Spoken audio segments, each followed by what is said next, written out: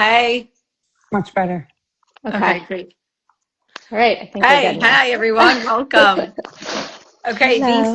thank you to everyone who joined on tonight. We're so excited. We're ready to get back into our Instagram lives, and we have a great lineup ahead of us these next few months for the SVH lives on all different topics. So thank you for joining in and continue to join in. Just a little recap of SVH fertility.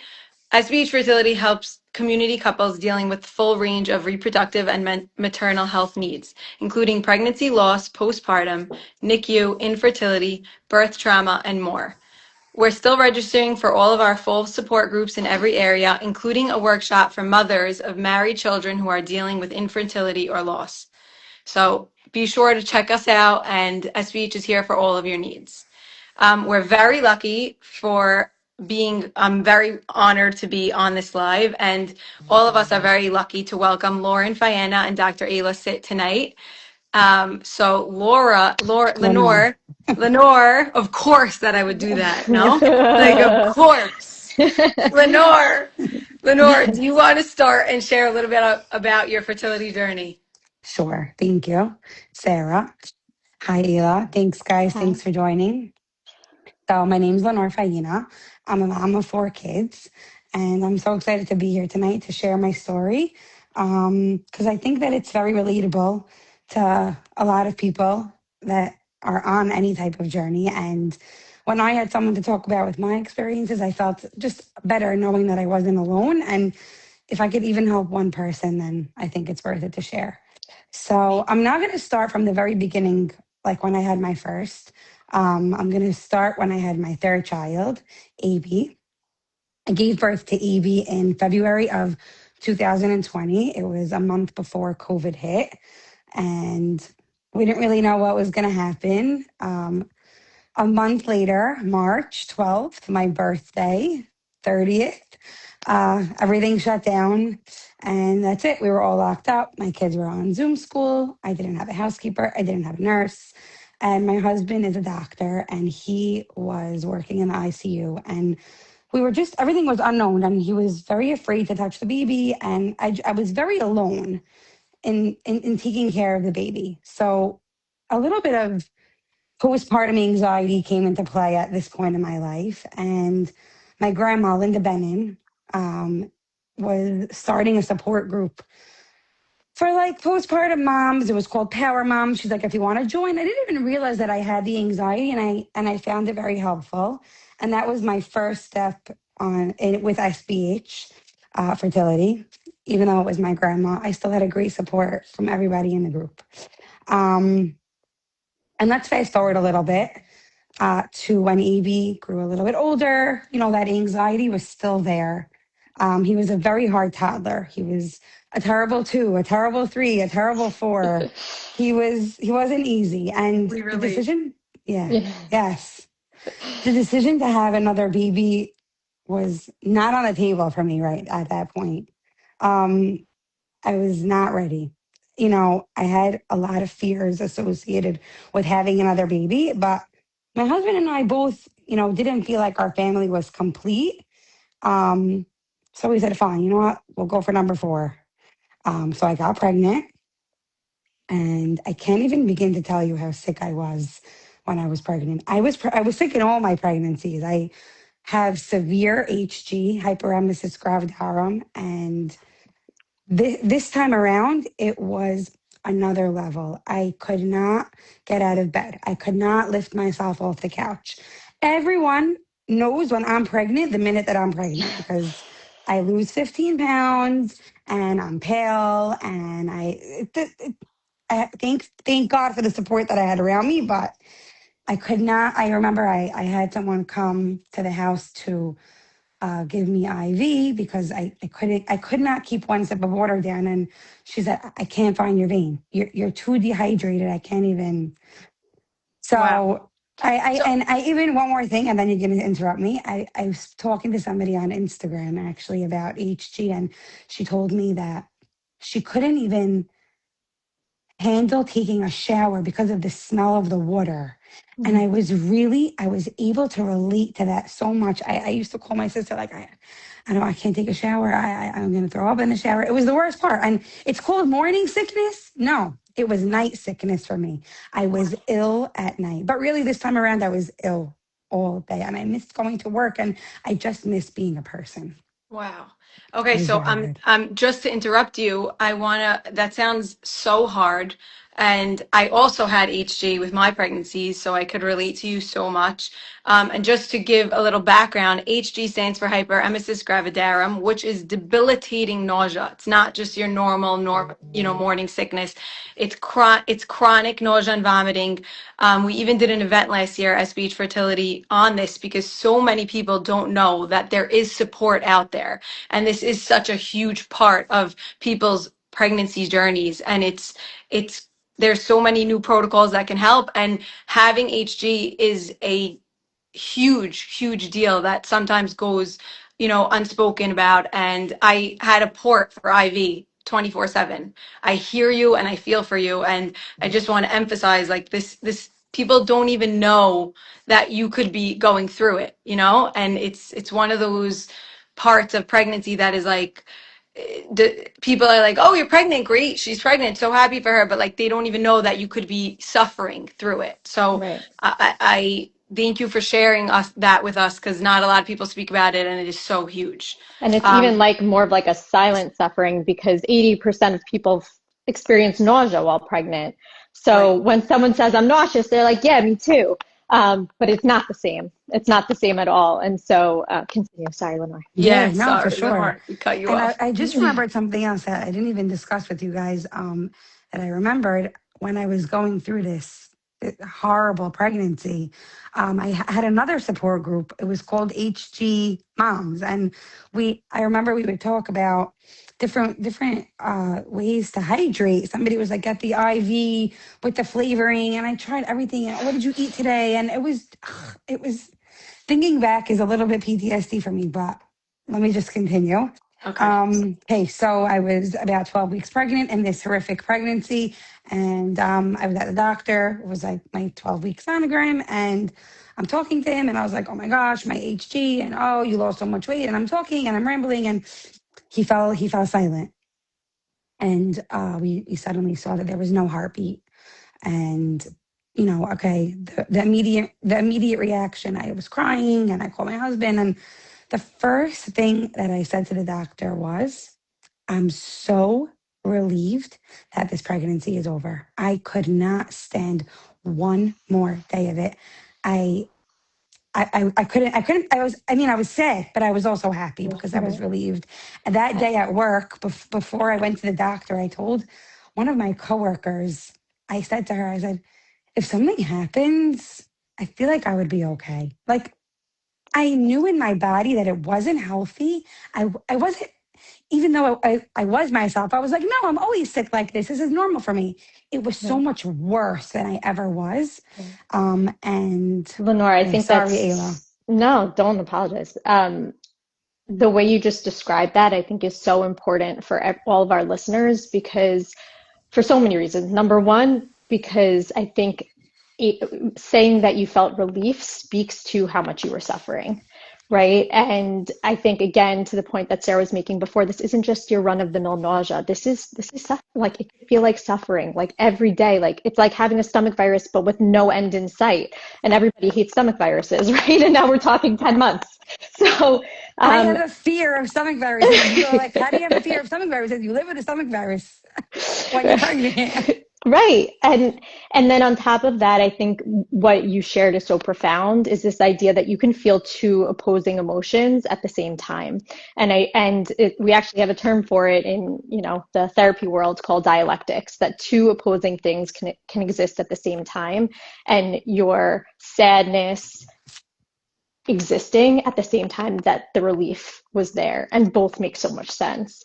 And I think that's so important for anyone who's suffering to understand, for whatever reason, if they did feel a sense of relief, that it makes sense and that it's okay to have that emotion. We don't choose the emotions we feel them for a reason.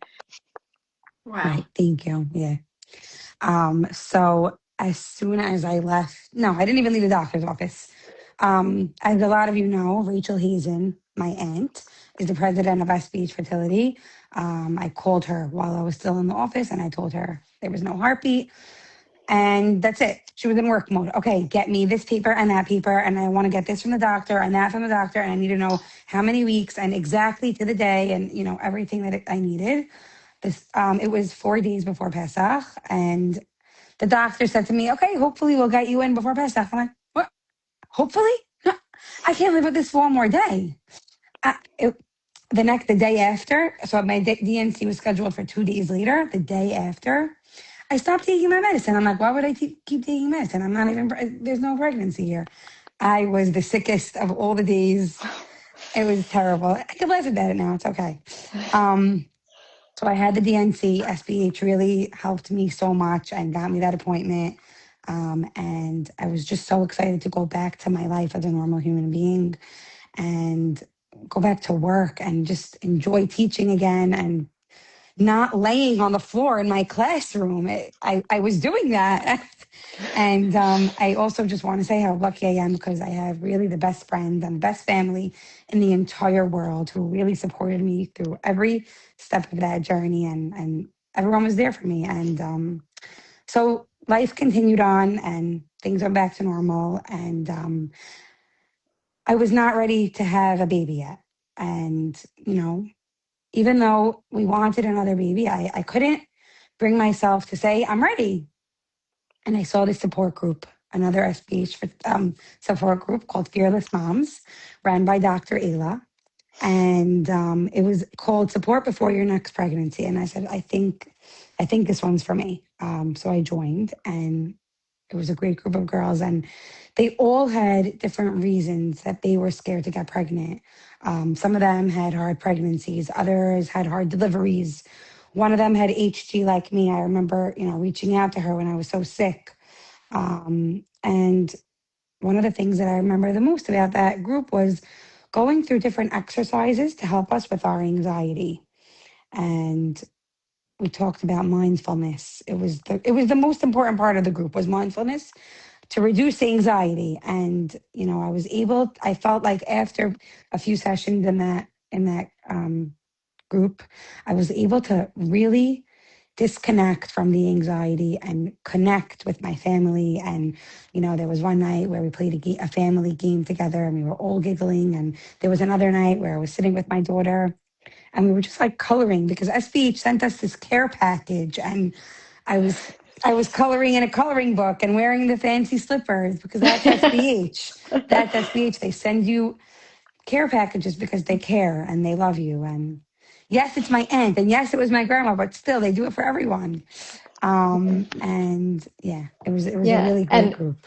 And Lenore, I remember when you sent that text around, you're like, guys, I hung out with my family and I got 30 minutes of like no anxiety. It was amazing. And we laughed and I was with them and I was present. And, this idea of mindfulness is essentially being present in the moment. And so how does being present take away so much anxiety? There's tons of research on mindfulness that it decreases anxiety, decreases depression, increases joy, it's like, well, how does just being in the present do that? And the reason why is because for the most part, as humans, we spend most of our time in the past thinking about what we could have done, what we wish would have happened, what we regret doing. It's like the woulda, shoulda, couldas of the past, right? Which we can't change because it Right. already happened. Or we're in the future going, oh my God, what happens if? Let's say this happens again. What would I do if I had another HG pregnancy? What if, right? And what if I Yes. went through that same trauma? And then we're in the future. Yes.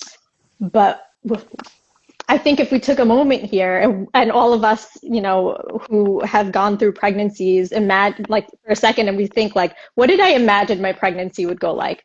Did your pregnancies ever go like how you imagined them to be? Right? Yeah. So one thing we know for certain is that we cannot fortune tell, right? We're not good at reading the future. And so what we have is the present. And oftentimes, even in the present, even if the present is hard, we could usually tolerate hard. It's when we add the past to our present or we add our worries about the future to our present that it feels unbearable. Sure. And I just wanted to share a few of my fears because I think that they're very relatable to others that are on the fence or thinking about getting pregnant and are scared. And the number one fear that I had was the HG. Like I can't go through that again. I can't be debilitated for 9 months. I have three kids to take care of. I have a family, and I want to live and just be a human. So that was Right. my number one fear. Money. Am I going to be able to work? Will I stay home? I don't leave my babies, and who's paying tuition? And this day and age, for kids. I mean, I think everybody can relate to that in this community. Another fear was giving birth to another baby. I don't know about you, but that was scary for me. It's not fun to push out a baby. Um, thank God, all natural, no C-section. But We love you, Lenore. um, Yeah. and then also another thing was that Avy was 4 already, and I was out of the baby stage. I wasn't changing diapers anymore. Yes, he was hard, but it's still very hard for him to go back into the What baby do you want? mentality. And I was like, do I really want this? Right. And after many discussions with my husband, we decided this is the best thing for our family and this is what we want. And that November, I was pregnant. I didn't think it was going to happen then, and it did. And the first phone call was to my Aunt Rachel Hazen. And I said, I'm pregnant and I'm scared. And she said, so I had watched the workshop that Sarah was talking about with Sheena Saffron from Shifra, the organization that helps women with HG. And she put me in touch with her. And I called her, and it was a 45-minute phone call of details. I want you to take this medication at this time of day, this one at night, this many times, Wow. and very She gave regimented, you a exact regimen. Yeah. detail, exactly a whole plan. And I was at work, and I needed to just know that I was going to be okay. And I pushed through, and some days were better than others. And I joined another support group with the famous Linda Benin again, my grandma. And this time around, I connected with everyone. We were such an amazing group of girls. We still speak now. Some of them are pregnant, and some of them were just gave birth. And we still speak till today. And I'm so lucky and blessed that I delivered a beautiful baby girl in July, Woo! and baby Sarah. And Hey, I congratulations. am so lucky, and I'm really just so appreciative that I had SBH to guide me every step of the way. And thank you, Hashem. Wow. Wow. And thank you, SBH. Yeah, Lenore, Yes. chills. Well, thank you for sharing your story. I know for a fact that it's going to be helping people. There's not a doubt in my mind. I'm already getting texts of people that are commenting and resonating with you. Not only can they relate to one thing, but you touched on so many topics in such a short time, and like you crunched your story of a few, like X amount of years into 10 minutes, but there were so many different topics that we touched upon that you went through yourself. And there's thousands of girls who can resonate with you on one or more of of what you went through. We are very, very lucky to have Dr. Ayla Sitt here, who not only led your support group, Lenore, but she is the co-founder of Elevate Psychology, which is a clinical psychologist specializing in evidence-based treatments such as cognitive behavioral therapy. Ayla works with adults across their lifespan with a special interest in anxiety disorders, OCD, major life transitions, and perinatal issues. Wow, Ayla, that was like the word jumble, Okay. I feel like I always try to figure out how to cut it down, I but need an like encyclopedia for half of this. Okay, we got very lucky over next here. time we'll just be like Dr. Ayla and we'll call No, it a day. no, I love it. So The give us details some are insight. important. Yeah, give Right. us some insight on what it is that you do. Like break it down, how did you come to specialize in women's health and the perinatal period? Yeah. So I am also a mom of four, and as I was going through my pregnancies, all four of my pregnancies were considered high risk. starting out for all the same reasons, but then throughout there were always these surprises that were terrifying, a lot of uncertainty, different risk factors with each one, new and fun, scary things happening throughout. And I was going there saying this is what I specialize in, right? And like, where is the community for this population? So after I gave birth, I think to my third, which was one of the more traumatic pregnancies that I had, I started to do some research into seeing what was out there in the world of psychology related to the perinatal, which is like the pre, during, and post, pregnancy time period.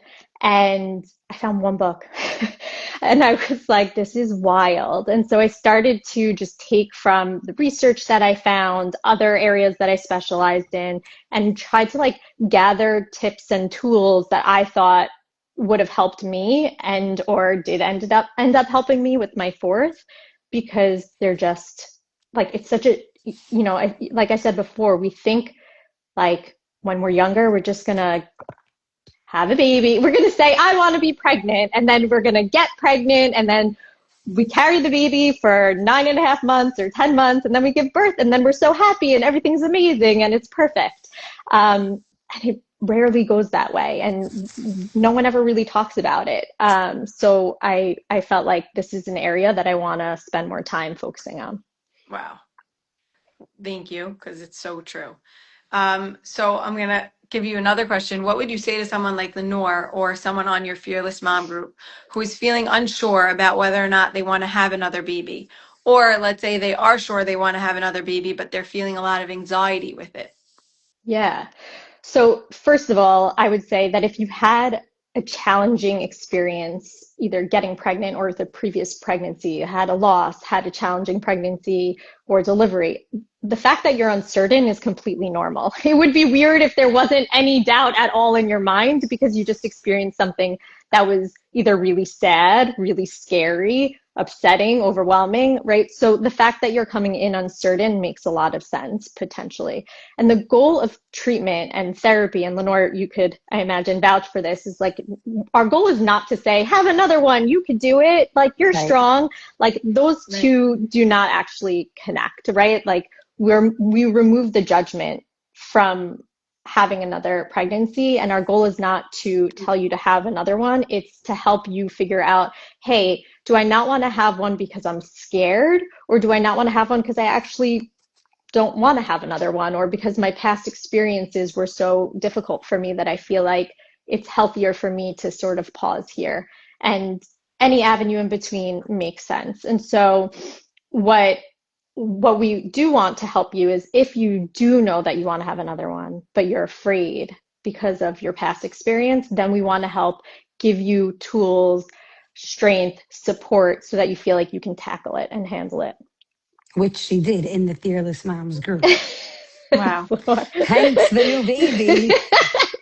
No, but I think I love that, because it's important to know that when you're looking for help, the job there, no one's going to convince you to do this. Like it's going to come from you, and no one's pressuring you into anything. So by reaching out to anyone, including SVH Fertility, you don't have to feel that there's like this weight like pushing you, that's forcing you in this direction. Like there's zero expectations of you.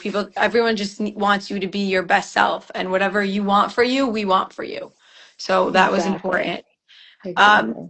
Ayla, what I know that I'm sure it takes longer than a few minutes to go over some tools, but in in as however long you need, can you give us some tools that we can take that you would discuss with someone coming in after a challenging pregnancy or a loss? For sure.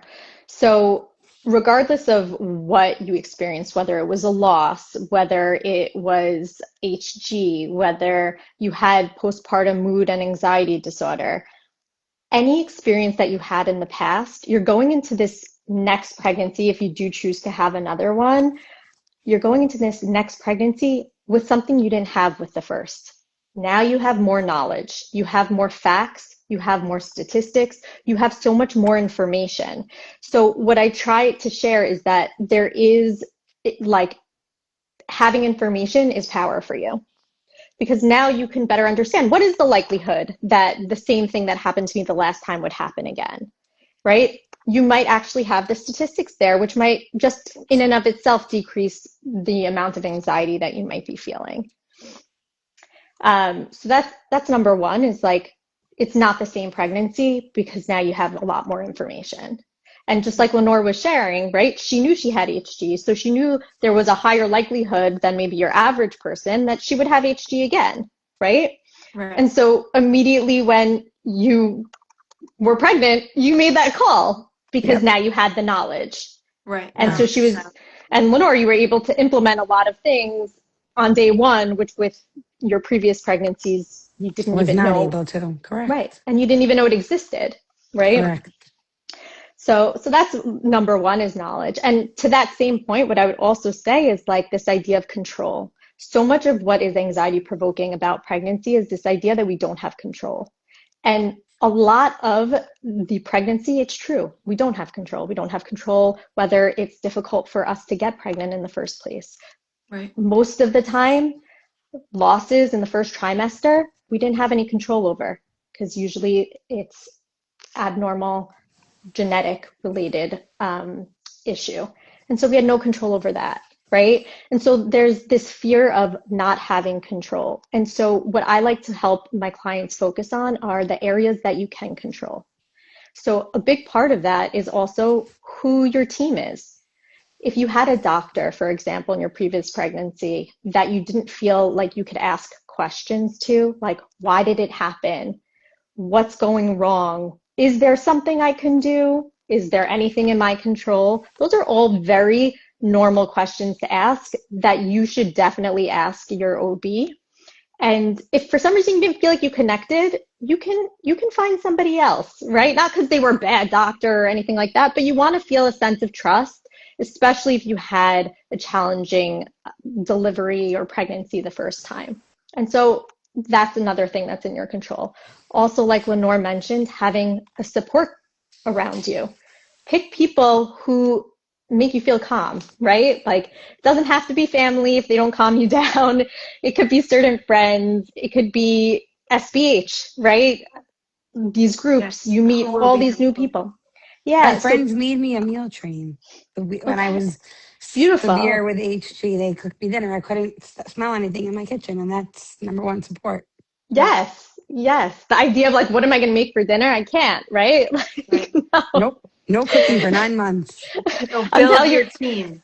Yeah. build Like, your team. I'm cracking Yes, up because I've literally done sessions of like what you're going to make for dinner, because just that can feel so overwhelming postpartum. 100%. Oh my gosh, so overwhelming, not postpartum, but postpartum, it's really right. Right after my loss, like, sorry to interrupt, Ayla. No. Right no after my loss, go. I sent a picture to my friend Aline. I remember sending her a picture of a full table of dinner that I was able to cook because I wasn't throwing up in the kitchen, and it was such a relief. I was like, I cooked dinner for my family. Look at this. Yes. And celebrating those wins, right? And I'm so happy that like you thought to do that.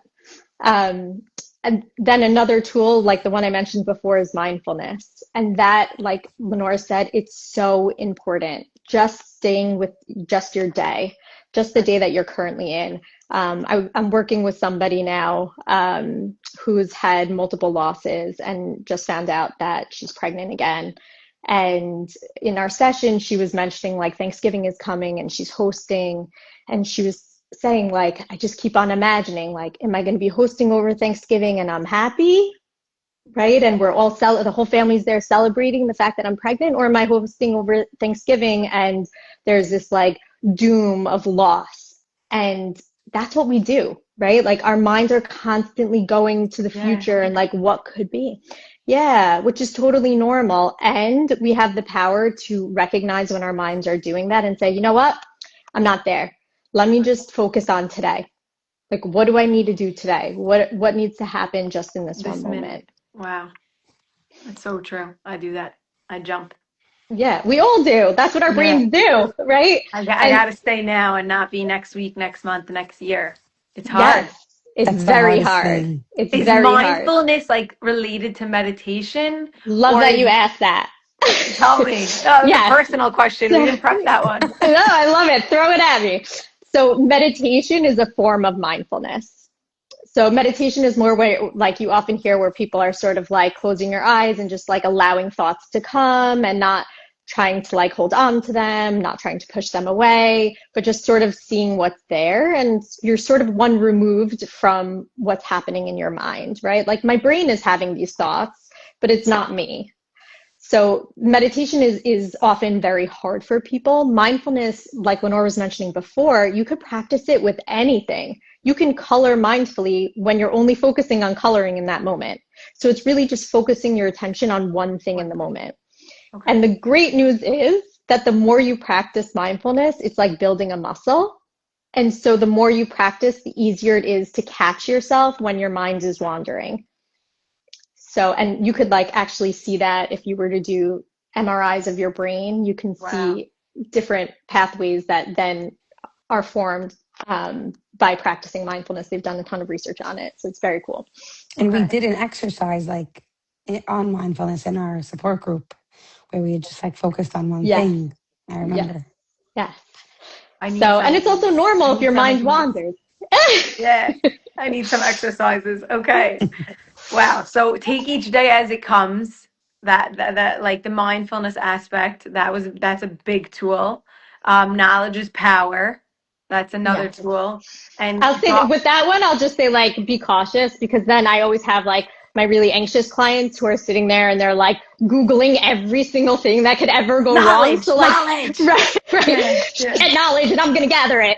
yeah, yeah. So it's not that, right? Like, I mean, if you look up yours, or maybe don't even, if you know you're anxious, I don't want you looking up anything actually. Right. But Ask your guiding your doctor. next Right. pregnancy Right. You can with the ask the knowledge of what. questions. Exactly. Like asking the questions, what did I experience? Is this likely to happen again? Why did it even happen in the first place? Right? Like being open to gathering that type of information. And the last thing that I often talk about is this idea of like a cope ahead plan. It's a skill that comes from dialectical behavioral therapy or DBT. And the idea there is, like I mentioned before, oftentimes when we know something challenging is coming up in the future, right? Like we know we're about to jump into a situation that's likely going to be really difficult for us. Like Lenore knew if I were to become pregnant again, this is going to be a challenge. And if you've had a traumatic birth, you know I'm about to jump into another experience that's going to be difficult for me. So what we often do, right, which it sounds like, Sarah, you were also mentioning, is like we often go, oh my God, if I get pregnant, then this might happen, and then that might happen, and this other thing might happen, and it's going to be a disaster. And then what happens if that happens? And I don't want to lose a baby, and I don't want to die, and I don't want to this, right? And our minds go wild with like every possibility of everything that could happen, right? And then we usually stop there. We usually stop in the panic, and then we're just panicked and we can't take any steps forward. So the idea of a cope ahead plan is we allow ourselves within reason, right, within reality of like what are actual risks, not the risks that our minds might be making up, but like, you know, the actual statistics that they say of the likelihood of something similar happening again. And then we come up with a plan of what would I do if it were to happen? So you're actually problem solving. And Lenore, like I loved how you shared your story because you did exactly that, right? You said, okay, I had HG before. That was terrible, right? So what am I going to do? The minute you found out you were pregnant, you called Rachel and you said, I'm going to institute groups. I'm going to go to groups. I'm going to go to more groups. I don't know if maybe you would go to therapy or someone would go to therapy outside of the groups. I'm going to, maybe you mentioned being fear finances. Maybe I'll do some problem solving about like how we can manage finances. I'm going to practice staying in the moment when I notice my mind's going into the future, right? And I'm going to take all these medications that you can take for HG. I'm going to eat these smoothies. I'm going to chat on my WhatsApp chats, right? You created a whole plan of what I'm going to do if I am going to face the same thing again. Wow. And it sounds like while it was very, very, very difficult, it sounds like it was a bit more tolerable than the other times. Thank God, yeah. Yeah. So I love this Coop Ahead plan, and I would like to hear a little bit more on like different examples. So let's say you were wanted a Coop Ahead plan because you had a loss. So Yeah. something like let's say you're so scared to tell anyone you're pregnant, but what maybe a Coop Ahead plan for that would be. Yeah, great. So first of all, if you had a loss and you hadn't been in therapy, perhaps it would be getting, somebody that you can talk to, whether it's a very close friend that you feel like you could share with, whether it's a therapist that you can talk about your fears with. So that would be step one. What I would also share is the importance of thinking about what was the hardest part of the loss, right? Was it that you felt really, really lonely? If it was that you felt very alone in your experience, I might think about joining a support group for people who've experienced losses. I would think about, you know, um, also mindfulness, right? Just because like, same idea, like the knowledge.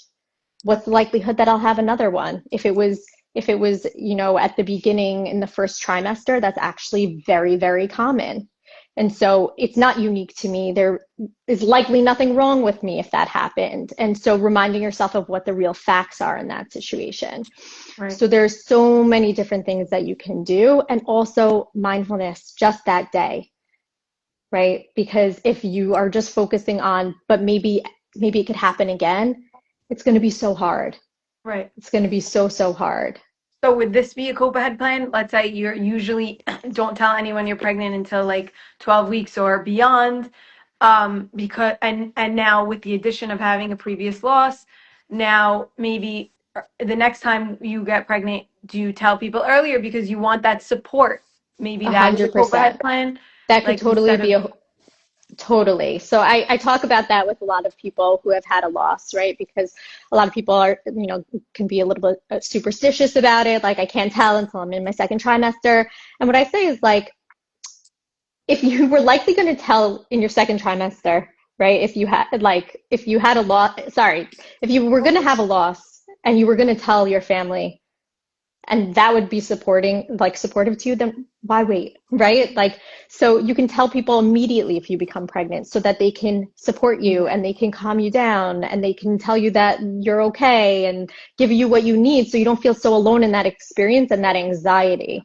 Yeah. Um, you know, and it's just, these experiences are also so common. I remember with my first, actually, I went in for a sonogram and she asked me, like, when do I think I conceived the baby? And I gave her the date and she looked at the baby and she goes, well, the baby looks too small, so this might not be a viable pregnancy. And I was maybe 6 weeks.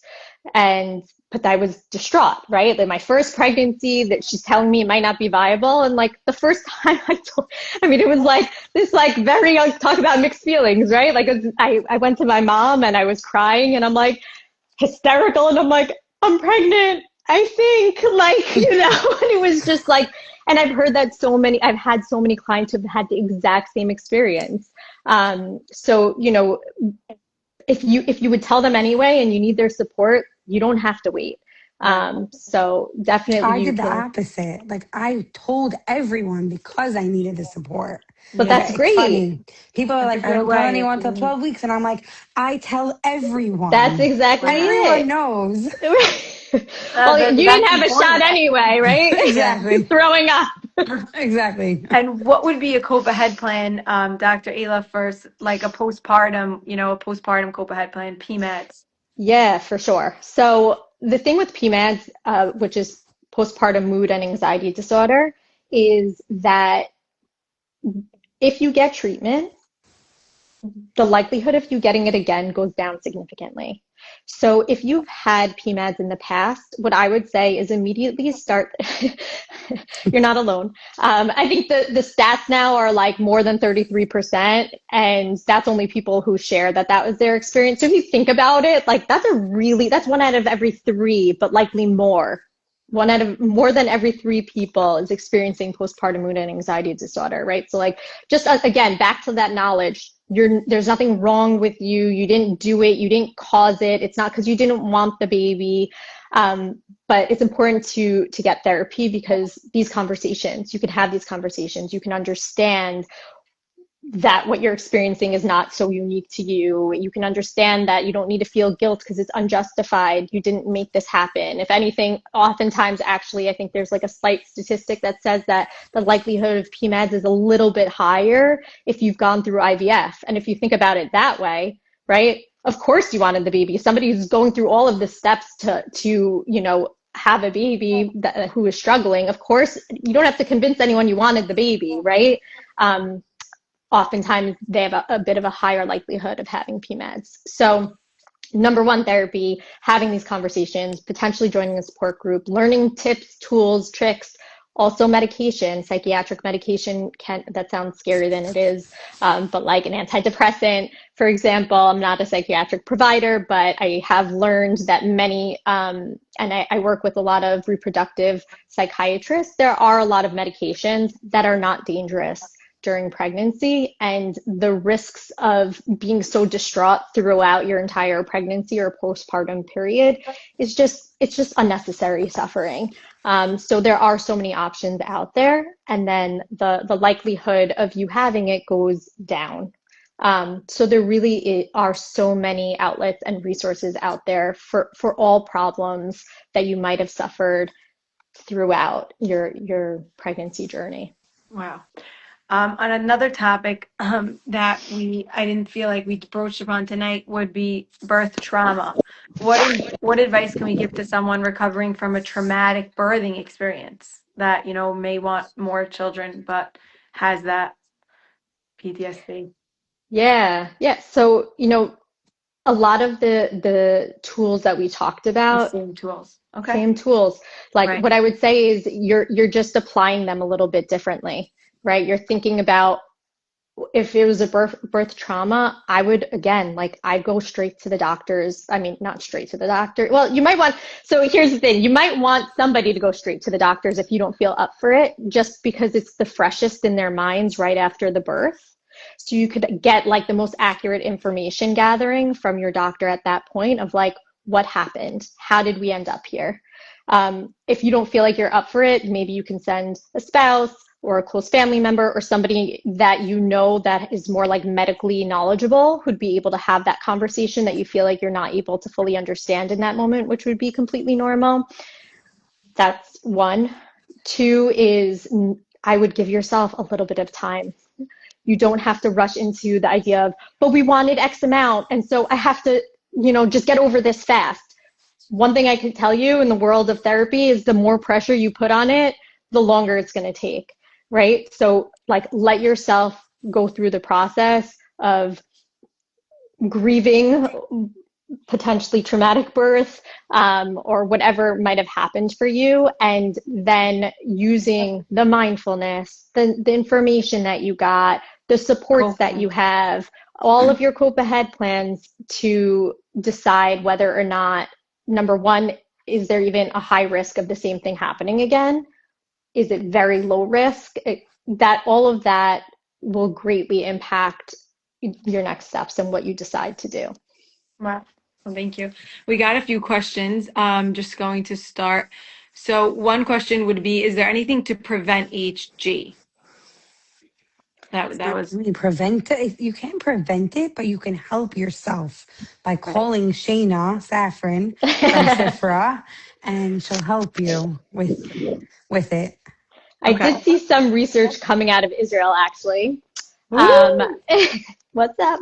That they started to find like some sort of like genetic marker or something that likely is related to HD or something like that. I don't know. I'm not up on all of the research, but that's also something that I often talk about, is this idea of like, research is constantly changing, medicine is constantly evolving. Lenore, your husband's a doctor, I'm sure you know that, right? And Yep. so what you also experienced the last time might be completely different to what you might experience in a future pregnancy if you chose to have one. I joke that like between every pregnancy I had to take all of these genetic tests again because they added like hundreds more. Wow. So, like medicine is also evolving, and so there might be supports that didn't exist before. Okay. Also, like every pregnancy is different with the HG. Like my first was also one of the worst, and my last was one of the easiest. Right. Easy.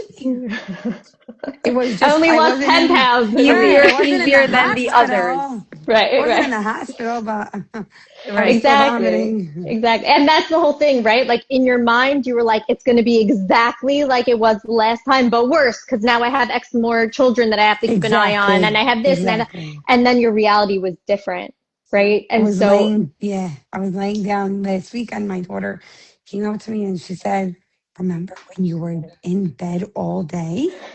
I was like, "Don't go there. We're not going there. We're all good now." Ayla, Dr. Ayla, one more question for you that we got in the comments. What would you say the difference is between the present, like being present, and mindfulness? Like, so actually, the definition of mindfulness is being present in the moment without judgment and without trying to hold on to the moment, right? So if we want to use a baby as an example, right? Like how difficult might it be if all day you're going, and I have this also with clients, is like, I don't want them to get older. I don't want to miss the stage. The stage is moving too fast. And I want to hold on to them like this, right? The only thing we have, the only constant we have is change, right? So we want to be present in our current moment without trying to hold on to it, and sort of experience it as it's coming. But presence is actually part of the definition of mindfulness. got it. Wow. Okay, guys. Any other comments? What an incredible live. I feel myself like I have to go take a few notes. Maybe I'm going to order on Amazon like a mindfulness notebook and I'm going to Yes, write a few love things in those. it. But I want to thank you both sincerely for being here, for giving up your time. To anyone listening that, popped in, popped off, or is still with us, thank you so much for being here. And reach out to SBH Fertility for anything in relation to pregnancy and postpartum. We're here for you. We have tons of lives coming your way on all different topics. And we're 718-787-1190. We're here to help whenever, wherever. I'm going to check if we have any other questions just before we log off. We have about 2 minutes left. What's one piece of advice you would give yourself, Lenore, looking back? Um, it's a good question. I have to think That is about a good it. question. Um, Give yourself a second to think about it. And Dr. Ayla, people would like to know, are you taking new patients? I am. So let's You let's can reach me at Ayla, Ayla, at drsitt.com, Hey. drsitt.com. Okay, I, great. I think if I just think being mindful is so important because if I could change anything, I would stop second guessing every single thing that I did. What about going back to work? What about having another kid? How could I? I asked myself too much. Just Right. go with the flow. Take it one day at a time. I Yeah. think that's one thing. Yeah. Okay. Because generally people underestimate their ability to handle things. And anxiety really is like the fear of, will I be able to handle it? And I always say my anxious patients are the least anxious when they're actually handling it. Right? It's like For sure. the anticipatory anxiety is what gets them. Wow. Okay. Guys, unbelievable tonight. I'm very Thank you, impressed by us Sarah. Thank you, and Sarah. all in under an And hour, Lenore. like we promised. So thank you guys so much. For anyone that And has thank any you, follow-up SPH, for questions. everything. I want to thank Yeah. SPH for everything. After I had my baby, I got a beautiful blanket that was Oh, knitted by seniors, and it was such a special gesture, and I'm just so lucky. Thank you. wow. Oh, Lenore, you are a very, very key player in this because I told this to Rachel today and I said, it's crazy to me that you were on the SVH, a part of the SVH family for so long and for so many different, topics Reasons. Yep. to be here right now. They helped you with the DNC. They helped you with the idea of wanting to get pregnant. They helped you with dealing with a loss. They helped you with being pregnant. They helped you with the post having pregnant, like after giving birth, how to be a mom. And they were really there for you the whole time. And that's just, 100%. kudos to us and them, but also kudos to you for taking the help. And yes. look what you've done for yourself. And I'm so proud of you for not Yeah. being, too shy or, too too embarrassed to ask for help when you need it. Like, I'm very proud of you for always picking up the phone, and It's it's true. it's impressive. So I just It's wanted to true. say thank Thank you for you. calling, and thank you Yes. for being a prime example of SBH fertility. And thank Yes. you, So, Rachel and Hazen, my amazing aunt. yeah, Amanda Yes. shout Benning, out my to amazing Rachel. Yes. grandma. Powerhouse. Yeah. Powerhouse woman. So, guys, you can message us on SBH Fertility or SBH Updates. We will give you any answers to any questions. We'll send you Ayla's number. We'll send you Lenore's number. Whatever you got, we got you. Thank you all for being here. Thank you so much. Bye. Bye.